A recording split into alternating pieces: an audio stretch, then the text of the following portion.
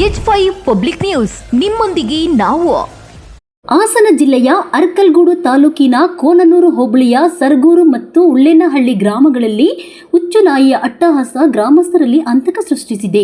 ಹುಚ್ಚುನಾಯಿ ನಡೆಸಿದ ಸರಣಿ ದಾಳಿಯಲ್ಲಿ 2 ಮಕ್ಕಳು ಸೇರಿದಂತೆ ಸುಮಾರು 8 ಮಂದಿ ಗಾಯಗೊಂಡಿದ್ದಾರೆ. ಗಾಯಾಳುಗಳನ್ನು ತಕ್ಷಣವೇ ಕೋನನೂರು ಆಸ್ಪತ್ರೆಗೆ ದಾಖಲಿಸಿ ಚಿಕಿತ್ಸೆ ನೀಡಲಾಗುತ್ತಿದೆ.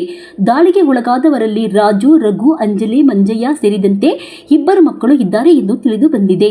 ಘಟನೆಯ ಬಳಿಕ ಗ್ರಾಮಸ್ಥರಲ್ಲಿ ಭಯದ ವಾತಾವರಣ ನಿರ್ಮಾಣವಾಗಿದ್ದು, ಮಕ್ಕಳು ಹಾಗೂ ಸಾರ್ವಜನಿಕರು ಹೊರಗೆ ಓಡಾಡಲು ಆತಂಕ ಪಡುತ್ತಿದ್ದಾರೆ. ಸಂಬಂಧಪಟ್ಟ ಅಧಿಕಾರಿಗಳು ಕೂಡಲೇ ಹುಚ್ಚುನಾಯಿಯನ್ನು ಹಿಡಿದು ಅಗತ್ಯ ಕ್ರಮ ಕೈಗೊಳ್ಳಬೇಕು. ಇಲ್ಲವಾದರೆ ಮತ್ತಷ್ಟು ಅನಾಹುತ ಸಂಭವಿಸುವ ಸಾಧ್ಯತೆ ಇದೆ ಎಂದು ಸರಗೂರು ಗ್ರಾಮದ ರಘು ಆಗ್ರಹಿಸಿದ್ದಾರೆ. ಸದ್ಯ ಹುಚ್ಚುನಾಯಿಯ ಪತ್ತೆಗೆ ಸ್ಥಳೀಯರು ಹಾಗೂ ಅಧಿಕಾರಿಗಳು ಕ್ರಮ ಕೈಗೊಳ್ಳುವಂತೆ ಒತ್ತಾಯ ಕೇಳಿಬರುತ್ತಿದೆ. ವರದಿ ಸಂತೋಷ್ ಗೌಡ, ಅರ್ಕಲಗೂಡು.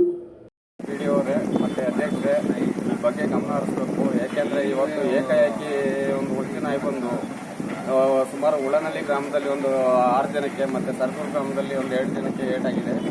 ದಯವಿಟ್ಟು ಇದ್ರ ಬಗ್ಗೆ ಗಮನ ಹರಿಸಬೇಕು ಅಂತ ತಿಳ್ಕೊತೀವಿ. ಟೋಟಲ್ ಎಷ್ಟು ಜನಕ್ಕೆ ಹಚ್ಚಿದೆ? ಟೋಟಲ್ 8 ಜನಕ್ಕೆ, ಮಗು ಸೇರಿ, ಒಂದು ಸಣ್ಣ ಮಗು ಸೇರಿ ಹೊಟ್ಟೆ ಭಾಗಕ್ಕೆ ಕಚ್ಚಿದೆ. ಅದ್ರ ಬಗ್ಗೆ ನೀವು ತನಿಖೆ ತಗೋಬೇಕು ಅಂತ ಹೇಳಿ ಕಚ್ಚಿ ತೋರಿಸಿ.